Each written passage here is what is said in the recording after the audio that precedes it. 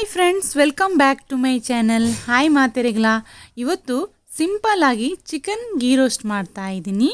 Simple ಆಗಿ ಟೇಸ್ಟಿಯಾಗಿರೋಂಥ chicken ghee ರೋಸ್ಟನ್ನು ಮಾಡೋಣ.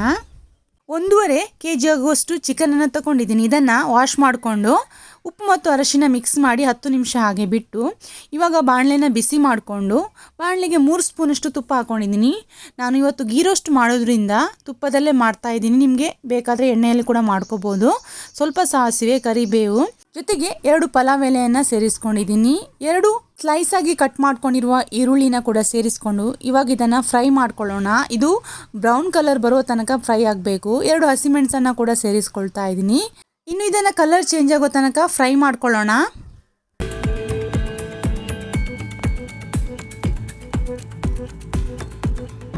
ಇದು ಫ್ರೈ ಆಗ್ತಾ ಇರುವಾಗಲೇ ಇದಕ್ಕೆ ಶುಂಠಿ, ಬೆಳ್ಳುಳ್ಳಿ ಜೊತೆಗೆ ಹಸಿಮೆಣಸು, ಕೊತ್ತಂಬರಿ ಸೊಪ್ಪನ್ನು ಪೇಸ್ಟ್ ಮಾಡಿ ಹಾಕ್ಕೊಳ್ತಾ ಇದ್ದೀನಿ. 1.5 ಸ್ಪೂನಷ್ಟು ಸೇರಿಸ್ಕೊಂಡಿದ್ದೀನಿ. ಮತ್ತು ಇದನ್ನು ಚೆನ್ನಾಗಿ ರೋಸ್ಟ್ ಮಾಡ್ಕೊಳ್ಳೋಣ. ಇವಾಗ ಬೇಕಾದರೆ ಇದಕ್ಕೆ ಸ್ವಲ್ಪ ಉಪ್ಪನ್ನು ಕೂಡ ಸೇರಿಸ್ಕೊಂಡ್ರೆ ಬೇಗನೆ ಇದು ಫ್ರೈ ಆಗುತ್ತೆ. ಹಸಿ ವಾಸನೆ ಹೋಗೋ ತನಕ ಇದನ್ನು ಫ್ರೈ ಮಾಡ್ಕೊಳ್ತಾ ಇದ್ದೀನಿ. ಇದನ್ನು ಫ್ರೈ ಮಾಡಿಕೊಂಡಷ್ಟು ಗ್ರೇವಿ ತುಂಬ ಟೇಸ್ಟಿಯಾಗಿ ಬರುತ್ತೆ. ಅದರಿಂದ ನಾನು ಇದನ್ನು ತುಂಬ ಹೊತ್ತು ಫ್ರೈ ಮಾಡ್ಕೊಳ್ತಾ ಇದ್ದೀನಿ. ಇದಕ್ಕೆ ಜಾಸ್ತಿ ಹೊತ್ತು ಟೈಮ್ ಹಿಡಿಯುತ್ತೆ, ಆಮೇಲೆ ಬೇಗನೆ ಮಾಡ್ಕೋಬೋದು. ನೋಡಿ, ಇವಾಗ ಇದು ಫ್ರೈ ಆಗಿದೆ. ಇದಕ್ಕೆ ಅರ್ಧ ಟೊಮೆಟೊ ಹಣ್ಣನ್ನು ಕಟ್ ಮಾಡಿ ಸೇರಿಸ್ಕೊಳ್ತಾ ಇದ್ದೀನಿ. ಒಂದ್ಸಲ ಚೆನ್ನಾಗಿ ಮಿಕ್ಸ್ ಮಾಡಿಕೊಂಡ್ರೆ ಸಾಕು, ಜಾಸ್ತಿ ಇದು ಬೇಯಬೇಕಾಗಿಲ್ಲ. ನೆಕ್ಸ್ಟ್ ಇವಾಗ ಚಿಕನನ್ನು ಸೇರಿಸ್ಕೊಂಡು ಚೆನ್ನಾಗಿ ಮಿಕ್ಸ್ ಮಾಡ್ಕೊಳ್ಳೋಣ. ಚಿಕನನ್ನು ಒಂದು 5 ನಿಮಿಷನಾದರೂ ಈ ರೀತಿ ಲೋ ಫ್ಲೇಮಲ್ಲಿ ಮಿಕ್ಸ್ ಮಾಡ್ಕೋಬೇಕು. ಬೇಕಾದರೆ ಸ್ವಲ್ಪ ಹೊತ್ತು ಫ್ರೈ ಕೂಡ ಮಾಡ್ಕೋಬೋದು. ನಾನು ಚೆನ್ನಾಗಿ ಇದನ್ನು 5 ನಿಮಿಷ ಫ್ರೈ ಮಾಡ್ಕೊಳ್ತಾ ಇದ್ದೀನಿ. ಇವಾಗ ಇದಕ್ಕೆ ಮೇಯ್ನಾಗಿ ತುಂಬಾ ಟೇಸ್ಟ್ ಕೊಡುವಂಥ ಒಂದು ಪೇಸ್ಟನ್ನು ಹಾಕ್ಕೊಳ್ತಾ ಇದ್ದೀನಿ. ಇದಕ್ಕೆ ಈರುಳ್ಳಿ, ಟೊಮೆಟೊ, ಕೊತ್ತಂಬರಿ ಸೊಪ್ಪನ್ನು ಎಣ್ಣೆಯಲ್ಲಿ ಚೆನ್ನಾಗಿ ಫ್ರೈ ಮಾಡಿಕೊಂಡು ಆಮೇಲೆ ರುಬ್ಬಿ ಹಾಕಿರುವಂತಹ ಪೇಸ್ಟ್ ಇದು.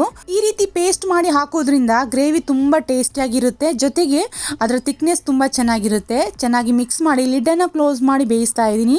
ಚಿಕನ್ ಆಲ್ರೆಡಿ ನೀರನ್ನು ಬಿಟ್ಕೊಂಡಿದೆ ನೋಡ್ಬೋದು. ಜೊತೆಗೆ ಗ್ರೇವಿ ಕೂಡ ತುಂಬ ಚೆನ್ನಾಗಿದೆ. ಇವಾಗ ಮನೆಯಲ್ಲಿ ರೆಡಿ ಮಾಡ್ಕೊಂಡಿರುವಂಥ ಚಿಕನ್ ಮಸಾಲವನ್ನು ಹಾಕ್ಕೊಳ್ತಾ ಇದ್ದೀನಿ. ನಾನು ಯಾವುದೇ ಚಿಕನ್ ರೆಸಿಪಿ ಮಾಡಿದಾಗಲೂ ಇದೇ ಮಸಾಲವನ್ನು ಹಾಕಿ ಮಾಡ್ತೀನಿ. ತುಂಬ ಟೇಸ್ಟಿಯಾಗಿರುತ್ತೆ. ಇದಕ್ಕೆ ಹುಳಿಯನ್ನು ಕೂಡ ಹಾಕಿ ಮಾಡೋದ್ರಿಂದ ಹುಳಿಯನ್ನು ಹಾಕ್ಕೊಳ್ತಾ ಇಲ್ಲ.